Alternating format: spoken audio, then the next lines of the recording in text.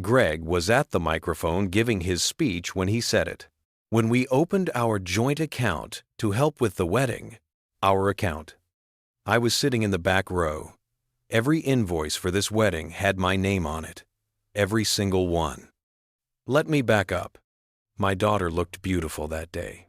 White dress, all those flowers, smiling like everything was perfect, like she'd always imagined. When I got there, I asked the coordinator where to sit, and she got this look on her face. Apologetic. Said immediate family was already up front. Immediate family. I'd paid over 40 grand for this. The flowers in her hands, the DJ with music so loud I could barely think, the venue, the dress, that cake, all of it. And up front, kissing her cheek for the photographer, playing proud father, Greg, the stepdad. My ex married him maybe 6 months after we signed papers. Everyone kept saying the kids adjusted fine. What they meant was the kids moved on. Greg was around when I wasn't. So there I was, writing checks, sitting in back, watching him give speeches. He'd tap the mic twice, big grin on his face. Tapped the mic twice, big grin, then launched into this whole thing about watching my daughter grow up, middle school problems, getting into college, being there for her, helping her mom give her what she needed. People clapped. Someone at the next table over was crying. My hand was shaking. I pressed it against my leg. He kept going. Her first car, those conversations about student loans, being her rock. It all sounded true.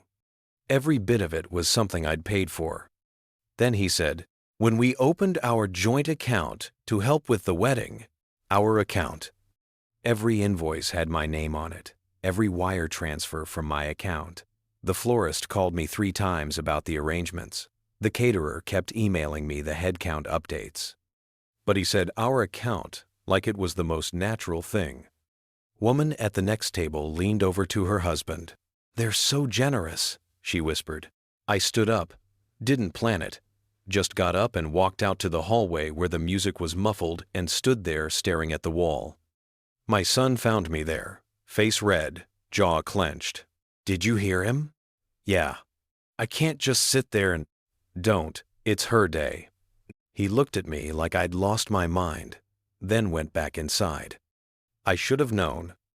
I slipped back in while the DJ was queuing up another song. Nobody noticed. Then my son stood up. I had no idea he was going to do that. He didn't walk to the microphone or anything, just turned to Greg's table and his voice cut right through the room. Dad paid for all of this. Music stopped. The car, the loans, this wedding, everything. Nobody moved. Greg started to get up, face going red. My ex grabbed my son's arm, saying something I couldn't hear, but he didn't sit down. If we're giving credit tonight, give it to the person who actually earned it. Then he walked out. Half the room started whispering, people looking at me, at Greg, at my ex, some looking down at their plates. Greg didn't make any more speeches. A few tables cleared out early morning tomorrow, not meeting anyone's eyes. My daughter wasn't looking at me, wasn't looking at Greg either, just staring at her mother with this expression I'd never seen before. Around 11, my daughter found me in the parking lot. I was leaning against my car, keys already out. She'd taken her heels off, makeup running down her face. Why didn't you say anything? Not I didn't know, not I'm sorry. Why didn't you say anything? Her voice cracked, but it wasn't sadness. She was angry. You just let me think, she stopped, hands shaking. You let me thank him. For years, I thanked him for things you did.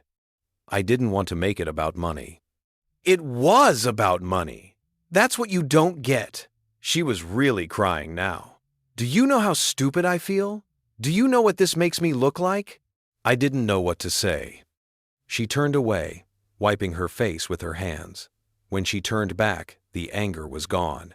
Just looked exhausted. Mom told me you didn't really care, she said, quieter now. That you sent checks because you had to, not because you wanted to be involved. I couldn't answer right away.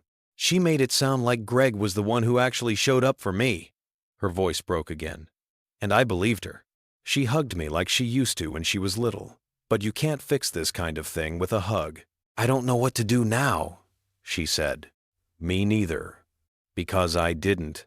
Can't get those years back. She pulled away, wiped her eyes again. Can we fix this? I wanted to say yes. Tell her, of course, it'll all work out. I don't know, I said. She nodded like she expected that answer, then walked back toward the building, heels in her hand. I drove home alone. Made coffee at midnight even though I knew I wouldn't sleep. Sat at my kitchen table, still in the wedding suit, tie finally off. Sat there till almost 2 in the morning. Still don't know if I did the right thing.